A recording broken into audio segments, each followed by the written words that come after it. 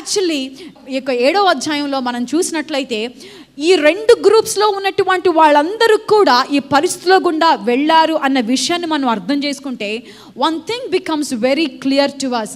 యేసయ్య దేవుడు మనకి వాగ్దానం చేశాడు. ఏమని వాగ్దానం చేశాడంటే శ్రమలు లేవు అన్న వాగ్దానం చేయలేదు, కానీ నీ కన్నీటిని నేను తుడుస్తాను అనే వాగ్దానం చేశాడు.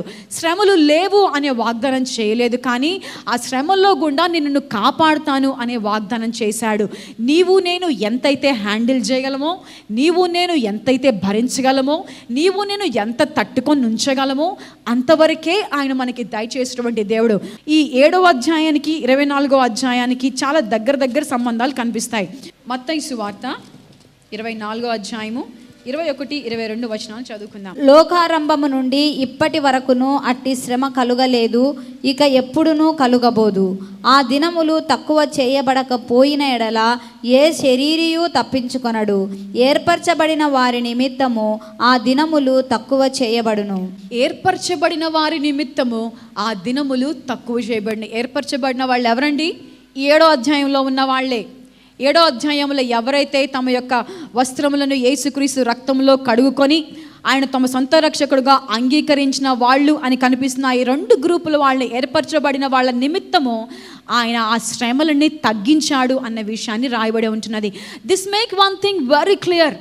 నీవు నేను ఎంత భరించగలమో వాటినే ఆయన మనకి దయచేసేటువంటి దేవుడు. యాక్చువల్గా ఇక్కడ ఉన్నటువంటి అర్థం ఏంటి అంటే ఏర్పరచబడిన వాళ్ళ నిమిత్తము అవి తక్కువ చేయబడ్డాయి. నిన్ను నన్ను బట్టి దేవుడు పక్కన వాళ్ళకు కూడా శ్రమ తగ్గించేటువంటి దేవుడుగా మనకి ఇక్కడ దేవుని యొక్క వాక్యంలో చూస్తూ ఉన్నాము. హల్లెలూయా. దేవుని యొక్క నామానికి గొప్ప మహిమ కలుగునుగా కాండి. ఆయన నిన్ను నన్ను ఆలోచిస్తున్నటువంటి దేవుడు, నిన్ను నన్ను గురించి ఆలోచిస్తున్నటువంటి దేవుడు, నిన్ను నన్ను ఎరిగినటువంటి దేవుడు. ఆయన మనల్ని ఎరిగాడు కాబట్టి ఆయన మనల్ని కాపాడేటువంటి దేవుడుగా మనకి ఇక్కడ కనిపిస్తూ ఉన్నాడండి. ఆయన ఇక్కడ దేవుని యొక్క వాక్యంలో మనం చూసినట్లయితే ప్రకటన గ్రంథం 7వ అధ్యాయంలో, అదేవిధంగా ఎహెస్కేల్ గ్రంథం 9వ అధ్యాయం 6వ అధ్యాయంలో ఎవరికైతే ఆ ముద్రలు కనిపిస్తాయో వారిని నువ్వు ఏం చేయొద్దు, వారిని మాత్రమే వదిలిపెట్టండి అని ఎహెస్కేల్ గ్రంథంలో మనం చూస్తూ ఉన్నాము. ఎవరినైతే ఈ ముద్రలు కనిపిస్తున్నాయో ఆ ముద్రలు ఉన్న వాళ్ళు ఆ యొక్క 7వ ముద్ర విప్పడం వల్ల వచ్చే శ్రమల్లో నుండి తప్పించబడుతున్నారు అన్న విషయాన్ని ఇక్కడ మనం చూస్తూ ఉన్నాము. ప్రిటువంటి దేవుని బిడ్డలారా, your God protects you. You can have hope in the middle of chaos because your God knows you. You can have hope in the middle of chaos because your God protects those ఎవరినైతే ఆయన ఎరిగి ఉన్నాడో ఆయన రక్షించేటువంటి దేవుడుగా ఉన్నాడు. ఆయన ఎరిగి రక్షించడం వల్ల ఏం జరుగుతుందండి? ఎందుకు ఆయన నన్ను ఎరిగి ఆయనను రక్షిస్తాడు అన్న విషయాన్ని మనం చూస్తే ఇంకొంచెం ముందుకెళ్ళి 3వ విషయాన్ని నేర్చుకుందాము. We can have hope in the middle of chaos because the God equips his people. ఆయన మనల్ని సన్నద్ధులుగా తయారు చేసినటువంటి దేవుడు. ప్రతి అల్లకల్లోలంలో నీవు నేను నిరీక్షణ కలవారంగా ఎలాగా ఉండగలము అంటే ఆయన మనల్ని సన్నద్ధులుగా చేసేటువంటి దేవుడు, ఆయన మనల్ని ఎక్విప్ చేసేటువంటి దేవుడు, ఆయన మనల్ని తయారు మనల్ని యుద్ధ సన్నద్ధులుగా తయారు చేసేటువంటి దేవుడు, మన చేతులకి ఆయన యుద్ధం నేర్పించేటువంటి దేవుడు. అందుకే దేవుని యొక్క వాక్యంలో నుండి చూసినట్లయితే మత్తయి సువార్త 10వ అధ్యాయం 19-20 వచనాల్లో ఈ విధంగా రాయబడి ఉంటున్నది. వారు మిమ్మను అప్పగించినప్పుడు ఏలాగూ మాట్లాడుదుము, ఏమి చెప్పుదుము అని చింతింపకుడి. మీరేమి చెప్పవలెనో అది ఆ గడియలోనే మీకు అనుగ్రహింపబడును. మీ తండ్రి ఆత్మ మీలో ఉండి మాట్లాడుచున్నాడే గాని మాట్లాడువారు మీరు కాదు. ఇందాక చూసాం మనము, ఆయన వాగ్దానము చేయబడినటువంటి ఆత్మ చేత మనల్ని ముద్రించాడు అని. మత్తయి సువార్తలో చదువుతూ ఉన్నాము, మీలో ఉన్నటువంటి మీ తండ్రి యొక్క ఆత్మ మీ ద్వారా మాట్లాడిస్తుంది. ఆ యొక్క సమయంలో ఏ జవాబు చెప్పాలి అన్న విషయాన్ని నీలో ఆయన పెట్టినటువంటి ఆత్మ సమాధానం చెప్తుంది అన్న విషయాన్ని చూస్తూ ఉన్నాము. అదే మనకి ఇచ్చినటువంటి గొప్ప నిరీక్షణ. Hour God equips us. ఆయన మనల్ని సన్నద్ధులుగా చేసేటువంటి దేవుడు. ఆయన మనల్ని ఒంటరిగా వదిలిపెట్టేటువంటి దేవుడు కాదు. ఆయన మనల్ని చేతకాని వాళ్ళగా వదిలిపెట్టే దేవుడు కాదు. అందుకే యేసయ్య యోహాను సువార్తలో ఇలా చెప్తూ ఉన్నాడు, నేను మిమ్మల్ని అనాథలుగా విడవను, ఆదరణకర్తను నేను మీకు పంపిస్తున్నాను అని దేవుని యొక్క వాక్యంలో రాయబడ్డాన్ని మనం చూస్తున్నాము. అంత మాత్రమే కాకుండా యోహాను సువార్త 14వ అధ్యాయము 26వ వచనాన్ని మనం చదివినట్లయితే, ఆదరణకర్త అనగా తండ్రి నా నామమున పంపబోవు పరిశుద్ధాత్మ సమస్తమును మీకు బోధించి నేను మీతో చెప్పిన సంగతులన్నిటినీ మీకు జ్ఞాపకము చేయును. చాలు. ఆయన మనకిచ్చినటువంటి పరిశుద్ధాత్మ మనకి సమస్తమును బోధించి మీకు జ్ఞాపకము చేస్తుంది.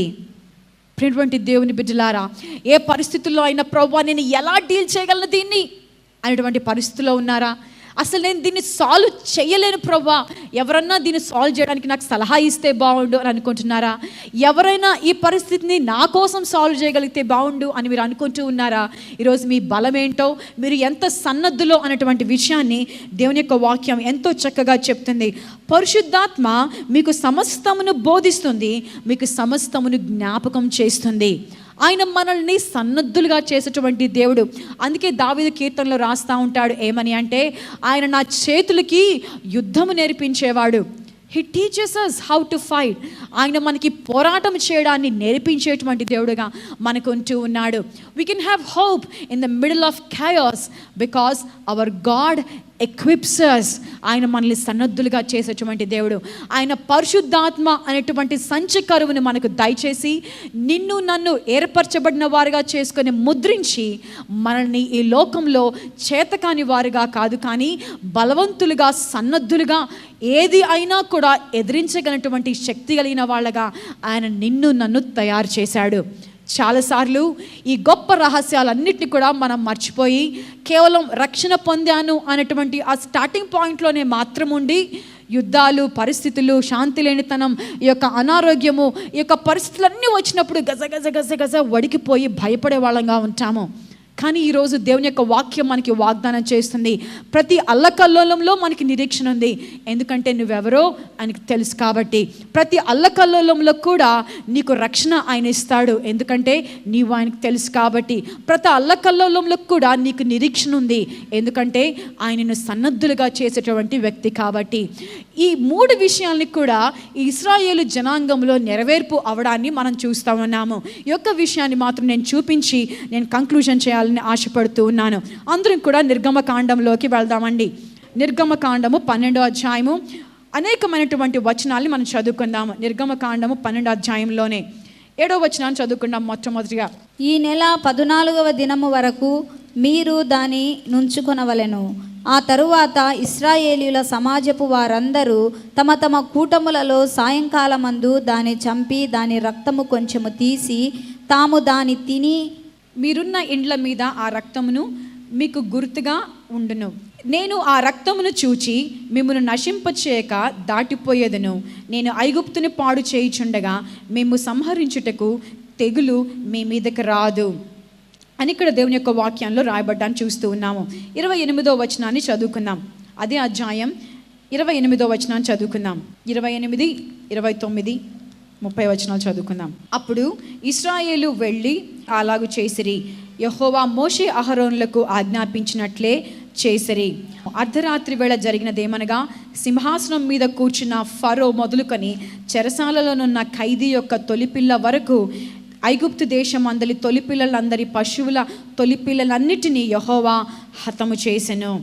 31వ వచనము, ఆ రాత్రి వేళ ఫరో మోషే అహరోనులు పిలిపించి వారితో, మీరును ఇశ్రాయేలును లేచి నా ప్రజల మధ్య నుండి బయలువెళ్ళుడి అనేటువంటి విషయాన్ని ఇక్కడ చెప్పడాన్ని మనం చూస్తూ ఉన్నాము.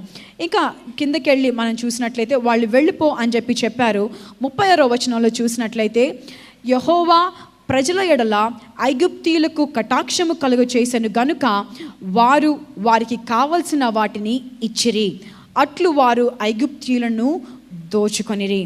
ఇక్కడ ఈ విషయాన్ని చూసి మనం ఇక్కడ ఆపేస్తే నిర్గమకాండం 36వ అధ్యాయంలోకి వెళ్ళి 2 వచనాలు చదువుకున్న తర్వాత ఈ విషయాలు ఏంటి అన్న విషయాన్ని మనం చూద్దాము. నిర్గమకాండము 36వ అధ్యాయము 3 నుండి 5 వచనాలు చదువుకుందాం. ఆ పని చేయుటకై వారు పరిశుద్ధ స్థలము యొక్క సేవ కొరకు ఇశ్రాయేలీయులు తెచ్చిన అర్పణములన్నిటినీ మోషే యొద్ద నుండి తీసుకొనిరి. అయినను ఇశ్రాయేలీయులు ఇంకా ప్రతి ఉదయమున మనఃపూర్వకముగా అర్పణములను అతని యొద్దకు తెచ్చుచుండిరి. అప్పుడు పరిశుద్ధ స్థల సంబంధమైన పని అంతయు చేయు ప్రజ్ఞావంతులందరిలో ప్రతివాడు తాను చేయు పని విడిచి వచ్చి మోషేతో చేయవలెనని యెహోవా ఆజ్ఞాపించిన పని విషయమైన సేవ కొరకు ప్రజలు కావలసిన దానికంటే బహు విస్తారము తీసుకొని వచ్చుచున్నారని చెప్పగా, మోసే పరిశుద్ధ స్థలమునకు ఏ పురుషుడైనను ఏ స్త్రీ అయినను ఇక మీదట ఏ అర్పణనైనను తేవద్దని ఆజ్ఞాపించెను గనుక పాలెమందంతటను ఆ మాట చాటించిరి. 12వ అధ్యాయంలో చూస్తే దేవుడు చెప్పాడు ఇశ్రాయేలుడికి, ఆ యొక్క గొర్రె పిల్లను వధించి ఆ యొక్క రక్తము మీ యొక్క గుమ్మపు మీద గుర్తులుగా వేసుకోండి అని దేవుడు చెప్పాడు. ఆ గుర్తు నేను చూసినప్పుడు మీరు నా వాళ్ళు అన్న విషయం కాబట్టి నేను మిమ్మల్ని ఏమి చేయకుండా మీ యొక్క గుమ్మములను ఆ యొక్క మరణపు దూత దాటిపోతుంది అనే వాగ్దానం చేశాడు. అలా దాటిపోవడం అనేటువంటి విషయాన్ని దేవుడు కాపుదలని దయచేస్తాను అన్న విషయాన్ని ఇక్కడ మనం చూడటానికి నెరవేర్పుగా చూసాము. ఆ తర్వాత చూస్తే 35వ వచనంలో ఆ యొక్క ఇశ్రాయేలీయులకి ఐగుప్తీయులు అనేకమైనటువంటి ధనాన్ని ఇచ్చి పంపించడాన్ని మనం చూసాము. యాక్చువల్గా ఇశ్రాయేలీయులు ఐగుప్తీయులని దోచుకొనిరి, కొల్లగొట్టుకొనిరి. దే ప్లండర్డ్ ఈజిప్షియన్స్ అని ఇంగ్లీష్లో రాయబడి ఉంటున్నది. దాని అర్థం ఏంటి అంటే 36వ అధ్యాయంలో చూసాము, ఇశ్రాయేలుడు ఐగుప్తు దేశం నుండి బయలుదేరిన తర్వాత అరణ్య మార్గంలో గుండా వెళ్తూ ఉన్నారు. అరణ్య మార్గంలో గుండా వెళ్తూ ఉన్నప్పుడు దేవుడు చెప్పాడు వాళ్ళకి ఏమని అంటే, మీరు మందసాన్ని కట్టాలి, ప్రత్యక్షపు గుడారాన్ని కట్టాలి, అక్కడ మందసం ఉంటుంది, మీరు ప్రత్యక్ష గుడారాన్ని తయారు చేయాలి, యాజకులకి ఇలాంటి బట్టలు ఇవ్వాలి, వాళ్ళకి ఇలాంటి బట్టలు తయారు చేయాలి అని అనేకమైన ఇన్స్ట్రక్షన్స్ని దేవుడు దయచేశాడు. ఆ ఇన్స్ట్రక్షన్స్ని నెరవేర్చడానికి వాళ్ళకి చాలా బంగారము, వెండి, ఆ యొక్క ఏఫోదుని చేయడానికి, ఆ యొక్క పట్టు వస్త్రాలు చేయడానికి కావాల్సిన ప్రశస్తమైనటువంటి నూలు, ఇవన్నీ కూడా కావాలి. ఇవన్నీ కావడం ఎక్కడి నుండి వచ్చినాయండి?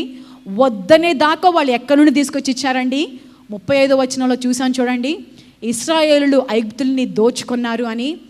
God has equipped his children so that a great work can be done in the middle of wilderness. That's the amazing thing that God plans for his children. నీ జీవితంలో కూడా నీవు ఆయన బిడ్డవి కాబట్టి ఆయన నిన్ను రక్షిస్తాడు. నీవు ఆయన బిడ్డవి కాబట్టి ఆయన నిన్ను సన్నద్ధులుగా చేస్తాడు. ఆయన నిన్ను సన్నద్ధుడిగా చేస్తాడు కాబట్టి నువ్వు అరణ్యం లాంటి పరిస్థితి వచ్చినా, ఏవి దొరకవు అనేటువంటి పరిస్థితుల్లో నువ్వు ఉన్నా కూడా నీవు సమృద్ధిలోనే జీవిస్తావు. Actually the Israelites were in wilderness. భయంకరమైన ఏమీ దొరకని అరణ్యంలో ఉన్నారు. కానీ నీవు నేను చదివినటువంటి వాక్యం ఏంటి అంటే, ఇంకా చాలయ్యా, ఇంకా తేవద్దు అనేటువంటి పరిస్థితుల్లో ఉన్నారంట. అరణ్యంలో ఇంకా చాలు, ఇంకా తేవద్దు అనే పరిస్థితి ఎప్పుడు వస్తుందండి? When we have lot of reserve, when we have a lot of store. అదే దేవుడు తన యొక్క బిడ్డల కొరకు ఐగుప్తులో నుండి వాళ్ళు బయలు వెళ్ళేటప్పుడు వాళ్ళకి ముందుగానే సన్నద్ధులుగా చేసి పంపించాడు. God always prepares you. God always protects you and he makes you as an able person. ఆయన నిన్ను సన్నద్ధుడిగా, చేతనైన వాడిగా, లేని వాడిగా, అసలు ఏ విధమైన లోటు లేని వాడిగా నువ్వు ఉండేటట్లుగా ఆయన సన్నద్ధులుగా చేసేటువంటి వ్యక్తి దేవుడు. నేను ఇది చదువుతున్నప్పుడు ఎంతగానో ఆశ్చర్యపోయాను. బహుశా నేను డాక్టర్ని కాబట్టి ప్రతి పేషెంట్ చెప్పిన సిమ్టమ్ని అనేక రకాలుగా ఆలోచిస్తానమాట. ఇది ఇక్కడ ఉండొచ్చా, దీనికి ఇది డిఫరెన్షియల్ డయాగ్నోసిసా, దీన్ని డిఫరెన్షియల్ డయాగ్నోసిసా. మరి అదేలాగా నేను నా బైబిల్ని కూడా చదువుతాను. when I compared these two things, I wondered at God's heart. నిజంగా అరణ్యంలో ఇంకా తేవద్దు అనేటువంటి పరిస్థితుల్లో ఇశ్రాయేలు ఉండటం ఏంటండి?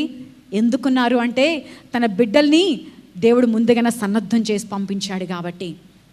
You can have hope in the middle of chaos because your God equips you.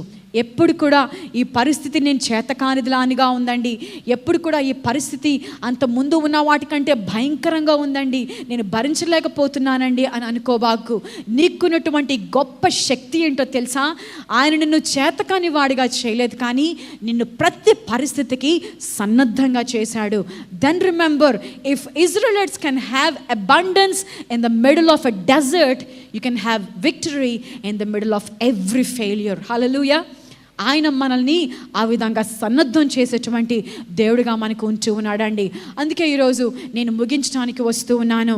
దీని యొక్క వాక్యంలోనికి మళ్ళా వెళ్దాము. ప్రకటన గ్రంథం 7వ అధ్యాయానికి వెళ్తే ఎవరు ఈ యొక్క ఆశీర్వాదాలన్నిటినీ అనుభవిస్తారు, ఎవరు ఆయనకి తెలుసు, ఆయనకి తెలిసిన వాళ్ళుగా అవ్వడానికి నీవు నాకు ఉండాల్సినటువంటి గొప్ప ప్రీరిక్విజిషన్ ఏంటి అంటే 14వ వచనంలో ఇక్కడ రాయబడి ఉంటున్నది, గొర్రెపిల్ల రక్తంలో తమ వస్త్రములను ఉదుకుకొని వాటిని తెలుపు చేసుకొని.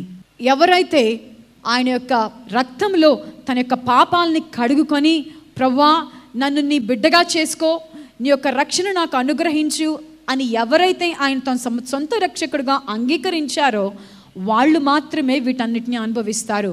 Only those kind of people will be in these 2 groups. 1,44,000 మందిలో ఉండేవాళ్ళైనా, లెక్కింపజాలని విస్తారమైన గ్రూప్లో ఉండేవాళ్ళైనా, ఎవరికైనా ఉండాల్సినటువంటి మొట్టమొదటి ప్రీరిక్విజిషన్ ఏంటి అంటే, బేసిక్ క్వాలిఫికేషన్ ఏంటి అంటే, గొర్రెపిల్ల రక్తంలో తమ వస్త్రములను ఉదుకుకొని. బహుశా ఇక్కడ కూర్చున్న మనలో ఎవరైనా ఇంకా యేసయ్యని మీ సొంత రక్షకుడిగా అంగీకరించకపోతే, now is the time you should fear అని చెప్పి నేను మనవి చేస్తూ ఉన్నాను. ఆ గొప్ప శ్రమలని నీవు నేను భరించలేమండి. ఆ గొప్ప శ్రమల్లో నీవు నేను తాళుకొనలేమండి. ఆ గొప్ప శ్రమల కోసం ఆయన నిన్ను నన్ను ఏర్పరచుకోలేదు. ఆ గొప్ప శ్రమల నుండి తప్పించడానికే ఆయన సిలువలో నీ కొరకు నా కొరకు రక్తం కార్చాడు. ఈరోజు యేసుని నువ్వు ఇంకా సొంత రక్షకుడిగా అంగీకరించకుండా ఉండుంటే, నువ్వు యేసుని సొంత రక్షకుడిగా అని మనం చేస్తూ ఉన్నాను. నీవు యేసుని సొంత రక్షకుడిగా అంగీకరించినట్లయితే ఎఫెసీయులకు రాసిన పత్రిక 4వ అధ్యాయం 30వ వచనాన్ని చదవాలని మనవి చేస్తూ ఉన్నాను. నేను యేసయ్యని నా సొంత రక్షకుడిగా అంగీకరించాను అని నువ్వు అనుకుంటున్నావా? ఆ ప్రీ రిక్విజిషన్, ఆ యొక్క బేసిక్ క్వాలిఫికేషన్ ఉండటం మాత్రం చాలదు. నీవు పరిశుద్ధాత్మ చేత ముద్రింపబడిన తర్వాత 30వ వాక్యం నీలో నెరవేర్చబడాలి. ఏంటి అంటే, దేవుని పరిశుద్ధాత్మను దుఃఖపరచకుడి, విమోచన దినము వరకు ఆయన యందు మీరు ముద్రింపబడి ఉన్నారు. ఆ విమోచన దినమే మనం ప్రకటన గ్రంథం 7వ అధ్యాయంలో చూసే విమోచన దినం. ఆ విమోచన దినం వరకు యేసయ్యను సొంత రక్షకుడిగా అంగీకరించినట్లయితే నీవు ముద్రించబడి ఉన్నావు. కానీ ఆ ముద్రని నువ్వు చాలా జాగ్రత్తగా కాపాడుకోవాలి. ఏంటి అంటే, పరిశుద్ధాత్మని దుఃఖపరచకుడి అని దేవుని యొక్క వాక్యంలో ఉంది. Is God happy about you? సౌలుని రాజుగా చేసినందుకు యెహోవా దేవుడు ఎంతగానో చింతించాడు, విచారపడ్డాడు అని ఉంది. ఈరోజు పరిశుద్ధాత్మ దేవుడు నీ గురించి విచారపడుతున్నాడా? అరే రక్షణ పొందాడు, బాగానే ఉంది, అరే సంచకరమైనటువంటి ఆత్మకు సంబంధించినట్లుగా జీవించట్లేదే అని పరిశుద్ధాత్మ దేవుడు నీ గురించి చింతిస్తూ ఉన్నాడా? అరే ఇంకా ఒక్కాలు అటు ఒక్కాలు ఇటులాగా ఉన్నాడే అని పరిశుద్ధాత్మ దేవుడు నీ గురించి చింతిస్తున్నాడా అండి? అలా చింతిస్తూ ఉన్నట్లయితే నీవు చాలా జాగ్రత్తగా ఉండాల్సిన పరిస్థితి. మళ్ళా చెప్తూ ఉన్నాను, ఆ మహాశ్రమలని నీవు భరించలేవు. యేసయ్య వచ్చేస్తాడు, ఆ 7వ ముద్ర విప్పబడ్డానికి ముందు తన బిడ్డలందరికీ కూడా ఆయన తీసుకొని వెళ్ళిపోతాడు. నీవు మాత్రం విడవబడతావు, ఆ శ్రమల్లో గుండా వెళ్ళాల్సి ఉంటూ ఉన్నది. పరిస్థితిలో నేను ఇక్కడ కూర్చున్న వాళ్ళు ఎవరు కూడా ఉండకూడదని చెప్పి నేను మనవి చేస్తూ ఉన్నాను. యేసయ్యని కలిగి, పరిశుద్ధాత్మ యొక్క సంచకరువుని కలిగి దాని చిత్తానుసారంగా నడుచుకుంటూ మన జీవితంలో జీవిస్తూ ఉన్నట్లయితే ఈ 7వ గ్రంథంలో ఉన్నటువంటి 10 ఆశీర్వాదాలు నీకు నాకు ఆయన మనకి వాగ్దానంగా దయచేస్తూ ఉన్నాడు. ఏ విధంగా 10 ఆజ్ఞల్ని దేవుడిచ్చాడో ఈ 10 ఆశీర్వాదాలని దేవుడు నీకు నాకు దయచేశాడు. 15వ వచనం నుండి మనం చూసినట్లయితే ఈ వాగ్దానాన్ని ఒకదాని తర్వాత ఒకటి ఇలా చదువుకుందాము. మొదటి ఆశీర్వాదం ఏంటంటే, నేను దేవుని సింహాసనం ఎదుట నుంచుంటాను. రెండో ఆశీర్వాదం ఏంటంటే, నీవు నేను రాత్రింబగళ్ళు ఆయన ఆలయంలో ఆయన్ని సేవిస్తూ ఉంటాము. మూడో ఆశీర్వాదం ఏంటి అంటే, సింహాసనాసీనుడైన దేవుడే తానే తన గుడారమును నా మీద నీ మీద కప్పుతాడు. నాలుగో ఆశీర్వాదం ఏంటంటే, నాకెప్పుడు ఆకలి ఉండదు, నీకెప్పుడు ఆకలి ఉండదు. ఐదో ఆశీర్వాదం ఏంటంటే, నాకు నీకు ఎప్పుడు దాహం ఉండదు. ఆరో ఆశీర్వాదం ఏంటంటే, సూర్యుని ఎండ మనకి ఎప్పుడు తగలదు. ఏడో ఆశీర్వాదం ఏంటంటే, వడగాలి కూడా ఏమాత్రం మనల్ని ఏం చేయలేదు. ఎనిమిదో ఆశీర్వాదం ఏంటంటే, సింహాసనం మధ్య నుండి గొర్రెపిల్ల వారికి కాపరిగా ఉంటాడు.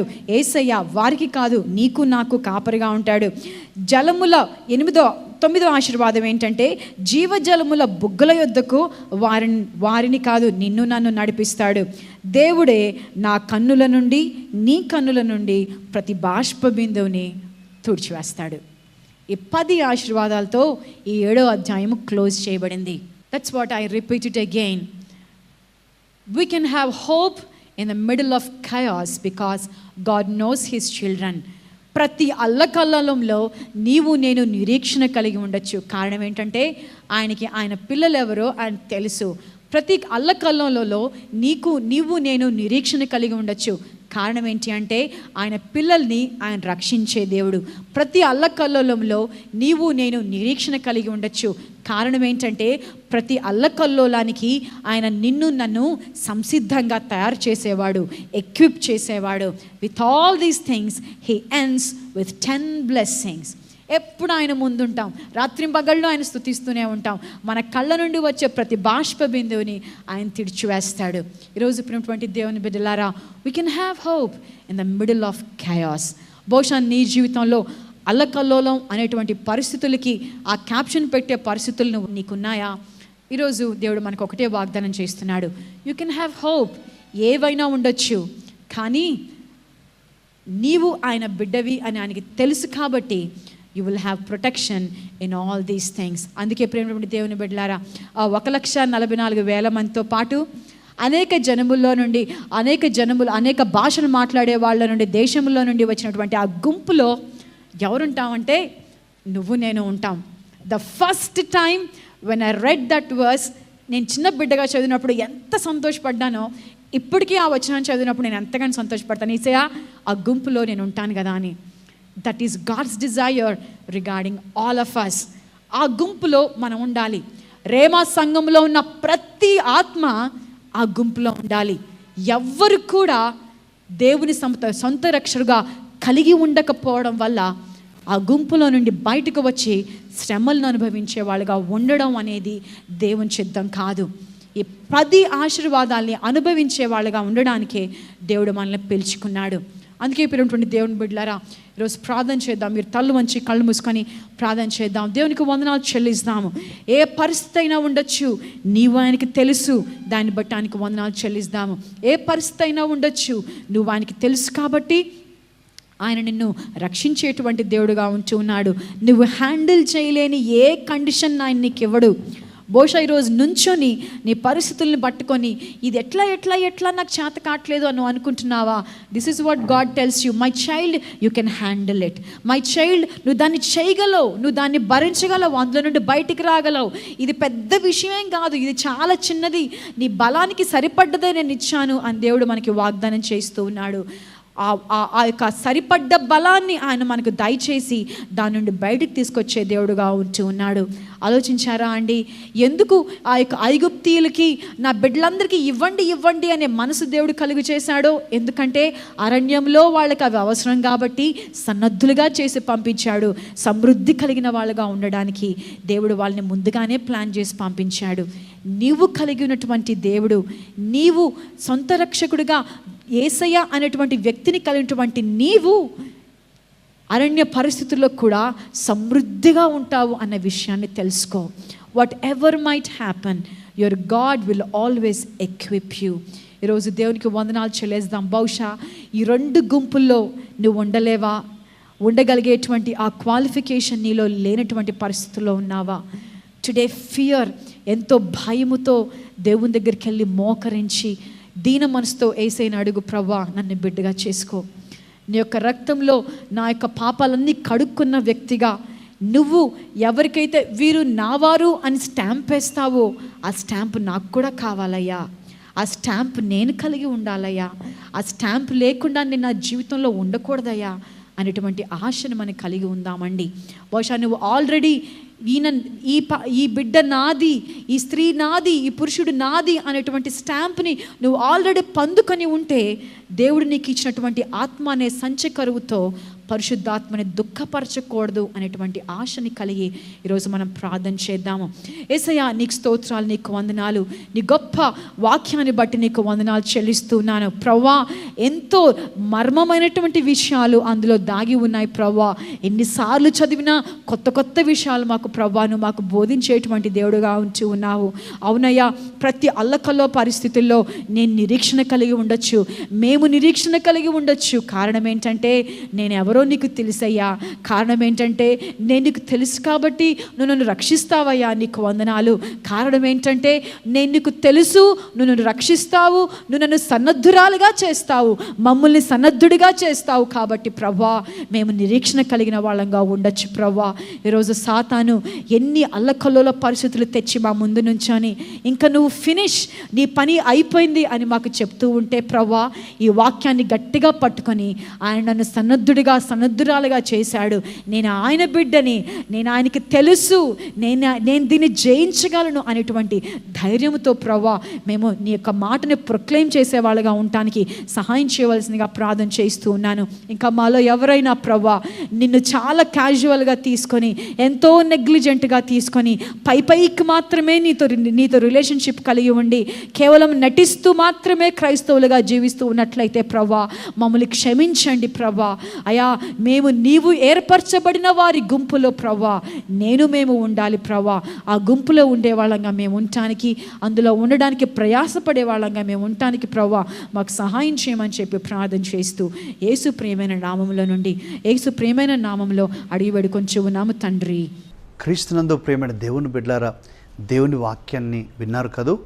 ఈ సమయంలో నేను మీ అందరితో కలిసి ప్రార్థన చేయాలని, మీ యొక్క ప్రతి అవసరత కొరకు కూడా ప్రార్థన చేయాలని ఎంతో కోరుచున్నాను. పరిశుద్ధుడైన తండ్రి, మహోన్నతుడా, మా మంచి దేవ, శక్తిమంతుడా, మీకు స్తోత్రాలు తండ్రి. మీరు వాక్యంలో సెలవిచ్చారు, మేము అడుగు వాటన్నిటికంటే, ఊహించు వాటన్నిటికంటే కూడా అత్యధికముగా నీవు చేస్తానని, అటువంటి గొప్ప సామర్థ్యం కలిగిన దేవుడు అని మీరు చెప్పి ఉంటూ ఉన్నారు.